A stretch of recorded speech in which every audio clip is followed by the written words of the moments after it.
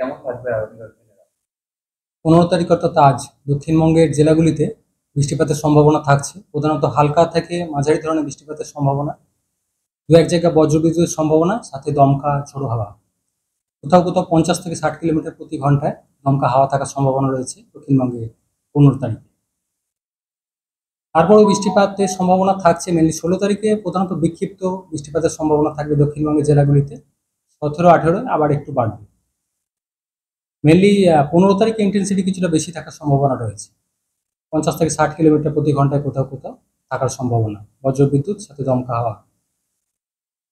কলকাতা পার্শ্ববর্তী অঞ্চলের জন্য 15 তারিখে বৃষ্টিপাতের সম্ভাবনা থাকছে, সাথে দমকা হাওয়ার সাথে। 16 তারিখে প্রধানত বিক্ষিপ্ত বৃষ্টিপাতের সম্ভাবনা কলকাতার ক্ষেত্রে। 17, 18 তারিখে আবার বৃষ্টিপাতের সম্ভাবনা বাড়ছে, অর্থাৎ 15 তারিখে যথেষ্ট সম্ভাবনা রয়েছে কলকাতা পার্শ্ববর্তী অঞ্চলের জন্য। তাপমাত্রা আগামী দুদিনে খুব একটা চেঞ্জ নেই দিনের তাপমাত্রা। তারপর পরবর্তী 3 দিনে দিনের তাপমাত্রা কিছুটা কমে 2 থেকে 3 ডিগ্রি মতো কমার সম্ভাবনা থাকবে।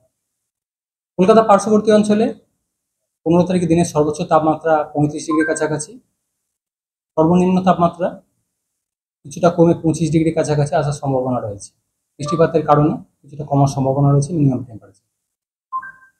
পরবর্তী কয়েকদিনও কলকাতা পার্শ্ববর্তী অঞ্চলের টেম্পারেচার মোটামুটি 35 বা পরে কিছুটা কমে 34 ডিগ্রির কাছাকাছি আসার সম্ভাবনা থাকবে। উত্তরবঙ্গের ক্ষেত্রে বৃষ্টিপাতের পরিমাণ কিছুটা বেশি থাকার সম্ভাবনা রয়েছে উত্তরবঙ্গের উত্তরের জেলাগুলো, অর্থাৎ দার্জিলিং, কালিম্পং, জলপাইগুড়ি, কোচবিহার, আলিপুরদুয়ার, এই জেলাগুলো দু এক জায়গায় বজ্রবিদ্যুৎ সহ বৃষ্টিপাত, সেই সাথে দু এক জায়গায় ভারী বৃষ্টির সম্ভাবনা রয়েছে।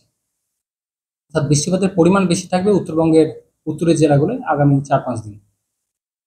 মালদা, 2 দিনাজপুর এই জেলাগুলোতেও প্রধানত বৃষ্টিপাতের সম্ভাবনা থাকবে কিছুটা দমকা হাওয়ার সাথে। উত্তর দিনাজপুর সাইডেও কিছুটা ভারী বৃষ্টির সম্ভাবনা থাকবে মেনলি 17 থেকে 19 তারিখের মধ্যে। অর্থাৎ প্রভাবটা বেশি থাকবে উত্তরবঙ্গের উত্তরের 5 জেলা, সেই সাথে নর্থ দিনাজপুর এই জেলাগুলিতে। কারণ মেনলি এখন যে বৃষ্টিপাতের কথা বলা হলো দক্ষিণবঙ্গে এবং উত্তরবঙ্গে, তাপমাত্রা কিছুটা বেশি রয়েছে, জলীয় বাষ্পের প্রবেশ বেশি রয়েছে। একটা নিম্নচাপ অক্ষরেখা রয়েছে উত্তরবঙ্গ থেকে মধ্যপ্রদেশ পর্যন্ত।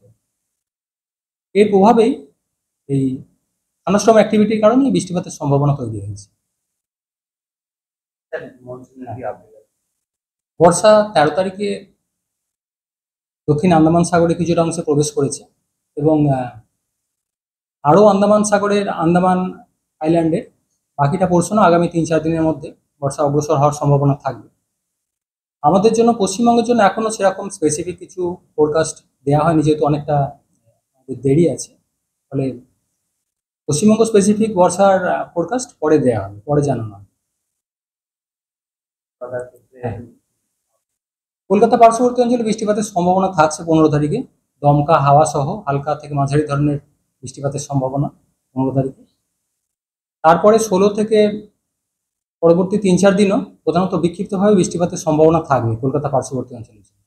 15 তারিখের সম্ভাবনা ভালোই রয়েছে, বেশ খানিকটা সম্ভাবনা বেশির দিকে রয়েছে।